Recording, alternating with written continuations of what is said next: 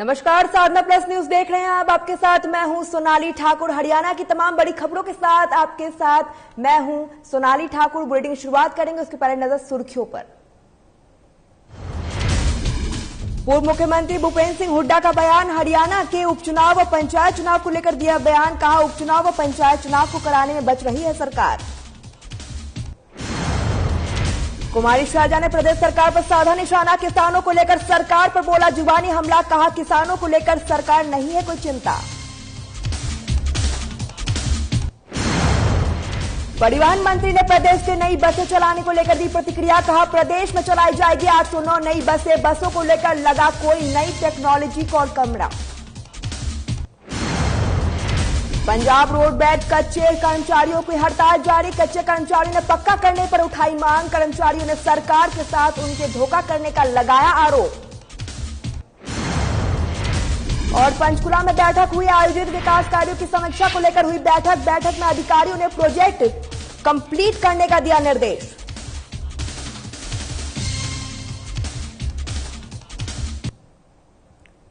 किसान करनाल में कल प्रदर्शन करने वाले हैं। इसी को लेकर हरियाणा में स्वास्थ्य एवं गृह मंत्री अनिल विज ने अपनी प्रतिक्रिया दी है। अनिल विज ने किसानों को शांतिपूर्ण तरीके से प्रदर्शन करने की अपील की है। साथ ही उन्हें यह भी कहा है कि हमने किसानों की सुविधा के लिए सभी इंतजाम किया है। कुछ रास्ते को डाइवर्ट किया गया है। साथ ही वहां पर पुलिस फोर्स भी तैनात किए गए हैं।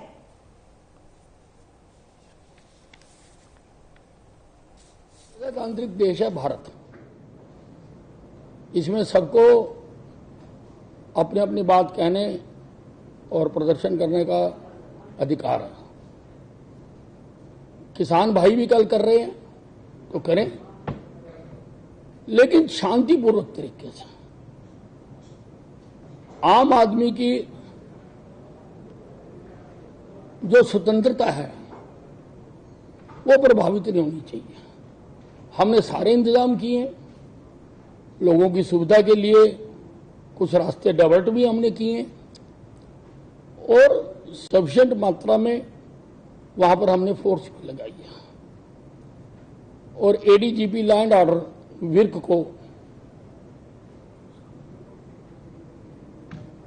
मैंने आदेश दिए हैं कि वो खुद वहां पे रहेंगे और सारी स्थिति को मॉनिटर करेंगे, ताकि सारा जो कल का कार्यक्रम है। हरियाणा में उपचुनाव और पंचायत चुनाव को लेकर पूर्व मुख्यमंत्री भूपेंद्र सिंह हुड्डा ने सरकार पर निशाना साधा है। भूपेंद्र सिंह हुड्डा ने सरकार पर निशाना साधते हुए कहा कि सरकार उपचुनाव और पंचायत चुनाव से बच रही है। उनका कहना है कि बड़ौदा उपचुनाव भी कोरोना काल के दौरान हुए हैं। साथ ही हुड्डा ने किसानों की लेकर भी कहा है कि किसान पिछले 9 महीने से प्रदर्शन कर रहे हैं। कल महापंचायत का आयोजन किया गया है। कांग्रेस किसानों की मांगों का समर्थन करती है। किसानों की मांग पूरी तरीके से जायज है। 9 महीने से बैठे हैं किसान और ये किसान संगठन ही उनका नेतृत्व कर रहे हैं। और कल जो हुआ अच्छी बड़ी वो काफी बड़ी वो हुई और शांतिप्रिय ढंग से हुआ। बात तो वही है जो 9 महीने से कह रहे हैं। जहां तक हमारी पार्टी का सवाल है, उनकी मांगों का समर्थन है। बाकी कोई राजनीतिक दल उनका नेतृत्व नहीं कर रहा। वो किसान स्वयं इस बात पे नेतृत्व कर रहे हैं, उनकी यूनियन कर रहे हैं। तो उनकी मांग जो है वो जायज है और उनका हमारी पार्टी समर्थन कर।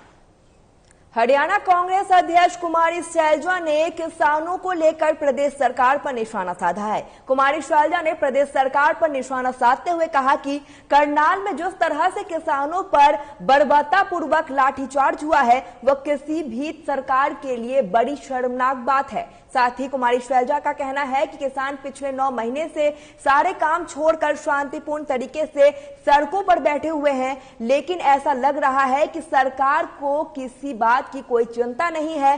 किसानों को सरकार ने उनके हाल पर छोड़ दिया है।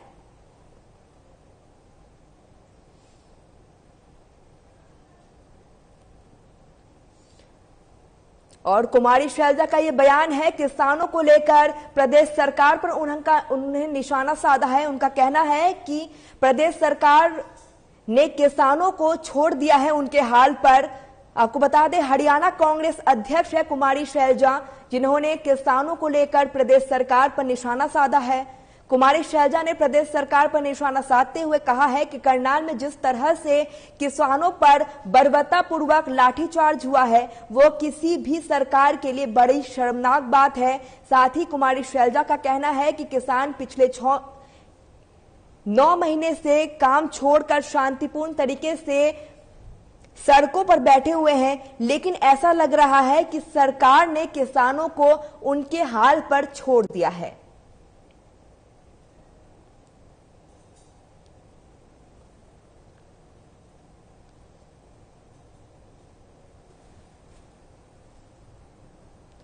परिवहन मंत्री मूलचंद शर्मा ने 10 से 15 साल पुरानी गाड़ियों को लेकर प्रतिक्रिया दी है। परिवहन मंत्री का कहना है कि हरियाणा सरकार एनसीआर से बाहरी जिलों में अन्य प्रदेशों से 10 से 15 साल पुरानी गाड़ियों को लेकर विशेष रूट देने को विचार कर रही है। साथ ही हरियाणा के परिवहन मंत्री मूलचंद शर्मा ने कहा है कि प्रदेश में बहुत जल्द 809 नई बसें चलाई जाएगी। बसों में नई टेक्नोलॉजी, जीपीएस और कैमरा लगाया होगा।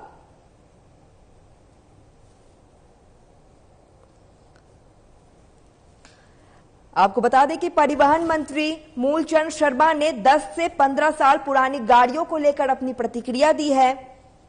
उनका कहना है कि हरियाणा सरकार एनसीआर से बाहर जिलों और अन्य प्रदेशों से 10 से 12 साल पुरानी गाड़ियों को लेकर विशेष छूट देकर विचार कर रही है। साथ ही हरियाणा के परिवहन मंत्री मूलचंद शर्मा का कहना है कि प्रदेश में बहुत जल्द 809 नई बसें चलाई जाएगी। साल से डीजल की पुरानी गाड़ी है जो एनसीआर में आती है, उस स्क्रैप पॉलिसी है केंद्र की तरफ से है कि जो गाड़ी डीजल वाली है उस स्क्रैप पॉलिसी के अंदर आती है वो नहीं चलेंगे एनसीआर के इलाके में। सबसे ज्यादा पॉल्यूशन फैलाती हैं, डीजल का धुआं करती हैं, प्रदूषण फैलाती हैं। इस तरह की गाड़ी एनसीआर में बंद करने का जो डायरेक्शन दिया केंद्र की तरफ से, ये पॉलिसी। पंजाब रोडवेज के कच्चे कर्मचारी हड़ताल पर चले गए हैं और उनकी यह हड़ताल अनिश्चितकालीन न समय तक चलेगी। आपको बता दें कि इंडस्ट्रियल एरिया स्थित डिपो में कर्मचारियों ने हड़ताल की है और सरकार के खिलाफ जमकर नारेबाजी की है। कर्मचारियों का कहना है कि उन्हें यह हड़ताल करने को मजबूर होना पड़ा है। वे पिछले कई सालों से सुन रहे हैं कि रोडवेज में कच्चे कर्मचारियों को जल्द पक्का किया जाएगा, लेकिन ऐसा नहीं किया जा रहा है। इसको लेकर ट्रांसपोर्ट मंत्री के साथ भी कई बार बात हो चुकी है, लेकिन उनके तरफ से भी बस आश्वासन देकर ही छोड़ दिया गया है।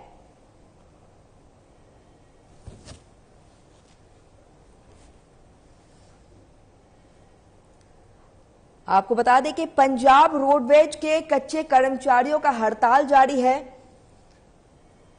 और उनका यह कहना है कि यह हड़ताल अनिश्चितकालीन समय तक चलेगा।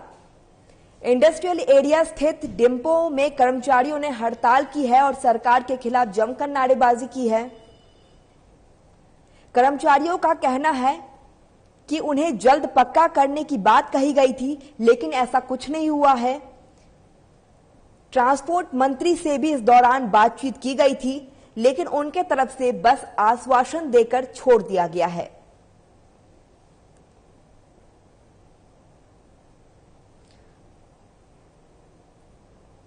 जो हड़ताल असी कीती है इस सरकार दियां माड़ियां ते घटिया नीतियां तो तंग आके 2007 तो लैके हुण तक 21 तक सानू कच्चे रखा गया है। ठेकेदारां दे हत्थों साडी पूरी छिल लवाई जा रही है ते बकायदा जिहड़ी भर्ती है रोडवेज दे नां ते होई है, रोडवेज दे अधिकारियों ने की है ते सारी ट्रेनिंग रूल और रेगूलेशन के मुताबिक हुई है, चाहे वह कंट्रैक्ट से हुई है चाहे आउटसोर्सिंग की हुई है। पर सानू कच्चे तौर पर रख रहा है, नगुड़ियां तनख्वाहां दित्तियां जा रही हैं। इस करके अज असीं परमानेंट अणमिथे समय की हड़ताल ते। अंबाला शहर के विधायक असीम गोयल न्यायडोला ने आपको बता दें कि बलदेवगढ़ रेलवे फाटक रोड पर सड़क के संधिकरण और निर्माण कार्य को लेकर नारियल तोड़कर शुभारंभ किया है। विधायक ने यहां पहुंचने पर क्षेत्रवासियों के साथ साथ दुकानदार ने भी विधायकों का फूल मालाओं के साथ भव्य स्वागत किया है। इस दौरान गोयल ने सड़क के शिलान्यास की बधाई देते हुए कहा कि 2.50 करोड़ रुपए की लागत से सड़क का संधिकरण का कार्य करते हुए इसे सुंदर बनाने का काम किया जाएगा। उन्होंने कहा है कि सड़क को जहां दोनों तरफ से चौड़ा करने का काम किया जाएगा, वहीं बारिश में पानी की निकासी के लिए भी यहां पर ड्रेन की व्यवस्था की जाएगी। आपको बता दें कि अंबाला शहर के विधायक असीम गोयल ननयोला ने बलदेवगढ़ रेलवे फाटक रोड पर सड़क के संधिकरण के निर्माण को लेकर नारियल तोड़कर शुभारंभ किया है। और आपको बता दें, विधायक का कहना है कि क्षेत्रवासियों के साथ साथ दुकानदार विधायकों ने फूल माला के साथ विधायक का स्वागत किया है। इस दौरान गोयल ने सड़क के शिलान्यास की बधाई देते हुए 2.50 करोड़ रुपए के लागत में सड़क के संधिकरण कार्य करने और सुंदर बनाने का काम करने की बात कही है। किस तरीके से शिलान्यास किया जा रहा है आप तस्वीरों में देखिए। अंबाला शहर के विधायक है ये असीम गोयल ननयोला, जिन्होंने सड़क के संधिकरण के निर्माण कार्य को लेकर नारियल तोड़कर शुभारंभ किया है।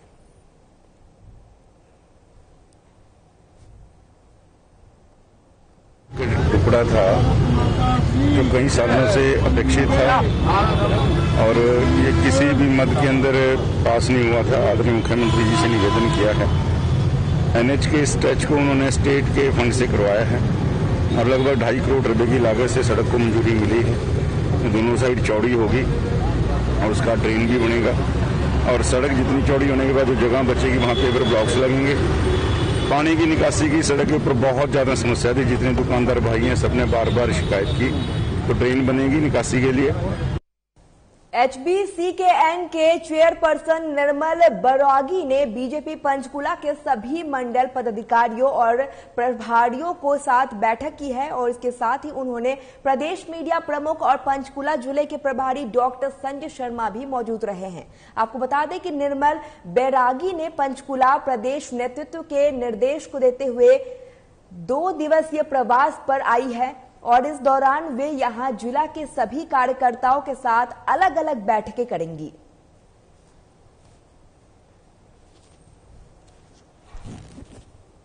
HBCKN की चेयरपर्सन निर्मल बैरागी बीजेपी पंचकुला के सभी मंडल पदाधिकारियों और प्रभारियों के साथ बैठक के लिए पहुंची हैं और आपको बता दें कि प्रदेश मीडिया प्रमुख और पंचकुला जिला प्रभारी डॉक्टर संजय शर्मा भी इस दौरान मौजूद रहे हैं। निर्मल बैरागी पंचकुला प्रदेश नेतृत्व के निर्देश अनुसार अपने 2 दिवसीय प्रवास पर आई हैं और इस दौरान वे यहां जिले के सभी कार्यकर्ताओं के साथ अलग अलग बैठक करेंगी।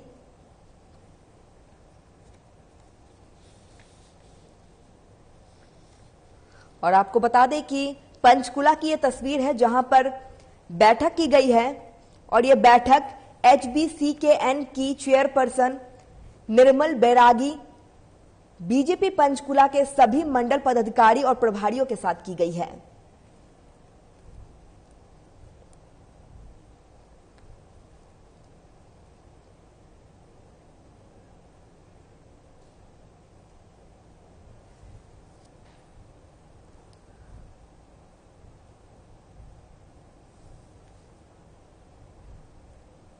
हरियाणा विधानसभा के अध्यक्ष ज्ञान चंद्र गुप्ता ने हर महीने में होने वाली विकास कार्यों की समीक्षा बैठक पंचकुला में आयोजित की है। इस बैठक में अधिकारियों को निर्देशित दिए गए हैं कि प्रोजेक्ट समय समय पर कंप्लीट होना चाहिए, साथ ही काम की क्वालिटी अच्छी होनी चाहिए। साथ ही यह भी कहना है कि काम की क्वालिटी को लेकर किसी प्रकार का समझौता नहीं किया जाना चाहिए, ये कहना है। आपको बता दें कि हरियाणा विधानसभा के अध्यक्ष है ये ज्ञान चंद्र गुप्ता, जिन्होंने हर महीने में होने वाली विकास कार्यों की समीक्षा बैठक पंचकुला में आयोजित की गई थी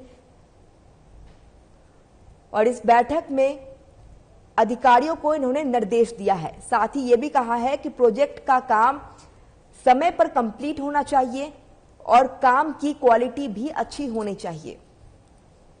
साथ ही ये भी कहा है कि काम की क्वालिटी को लेकर किसी प्रकार का कोई समझौता नहीं किया जाएगा।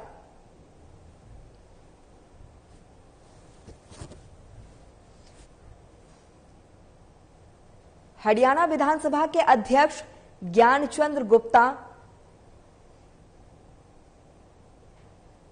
ने हर महीने में होने वाली विकास कार्यों की समीक्षा बैठक की है। इस दौरान उन्होंने अधिकारियों को निर्देश दिया है और कहा है कि प्रोजेक्ट का काम समय पर कंप्लीट होना काफी जरूरी है। साथ ही उन्होंने क्वालिटी को लेकर भी बात कही है और साथ ही उनका यह भी कहना है कि काम की क्वालिटी को लेकर किसी प्रकार का कोई समझौता नहीं किया जाएगा। अगर काम की क्वालिटी को लेकर किसी प्रकार की कोई कंप्लेन आती है तो इस पर वे कार्रवाई करेंगे। ये कहना है हरियाणा विधानसभा के अध्यक्ष ज्ञानचंद्र गुप्ता का। आज हर महीने होने वाली विकास कार्यों की समीक्षा बैठक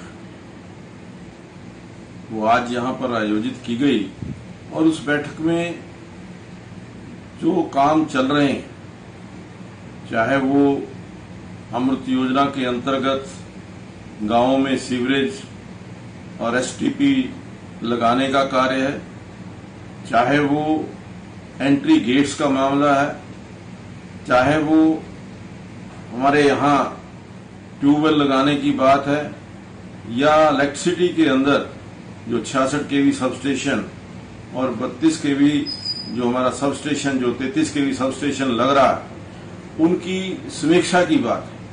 सभी जो योजनाएं या सभी जो प्रोजेक्ट्स चल रहे हैं उनकी समीक्षा की गई और अधिकारियों को दिशा निर्देश दिए गए हैं कि ये जो प्रोजेक्ट हैं समय पर कंप्लीट होने चाहिए। चंडीगढ़ सेक्टर 26 में एक भीषण सड़क हादसा हुआ है। आपको बता दें कि आरबीआई का पैसा लेकर जा रही गाड़ियों को बीच में टक्कर हुई है और फिलहाल गाड़ी के अंदर फंसी महिला कांस्टेबल को बचाने के लिए रेस्क्यू ऑपरेशन जारी है। रेस्क्यू ऑपरेशन के कारण ट्रैफिक भी लग गया है। अब तस्वीरों में देखिए किस तरीके से महिला को बचाने के लिए रेस्क्यू ऑपरेशन लगातार जारी है। और चंडीगढ़ सेक्टर 26 की ये तस्वीर जहां पर भीषण सड़क हादसा हुआ है। आपको बता दें आरबीआई का पैसा लेकर ये गाड़ी जा रही थी, जिस दौरान ये टक्कर हुई है और इस गाड़ी के अंदर एक महिला कांस्टेबल अब भी फंसी हुई है, जिसको लेकर रेस्क्यू ऑपरेशन लगातार जारी है। और ये जो भीड़ आप देख रहे हैं ये रेस्क्यू ऑपरेशन के कारण वहां पर लग गई है। चंडीगढ़ सेक्टर 26 की यह तस्वीर।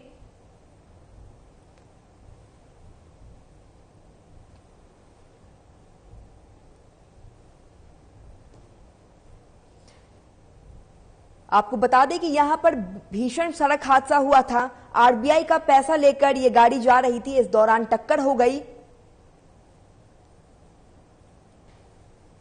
परली साइड से हम निकल के जा रहे थे रोड पे, तो एकदम आवाज आई और आवाज आने के बाद जब देखा ये 2 गाड़ियां टकराई, ये 5 गाड़ियां थी एक साथ में, 5 गाड़ियां थी। और उसके बाद क्या हुआ, यहाँ पे अगली गाड़ी जैसे अगली गाड़ी थी वहाँ पे लोगों ने, मैं भी था, लोगों ने स्ट्रगल करके और उसको लोगों को निकाला।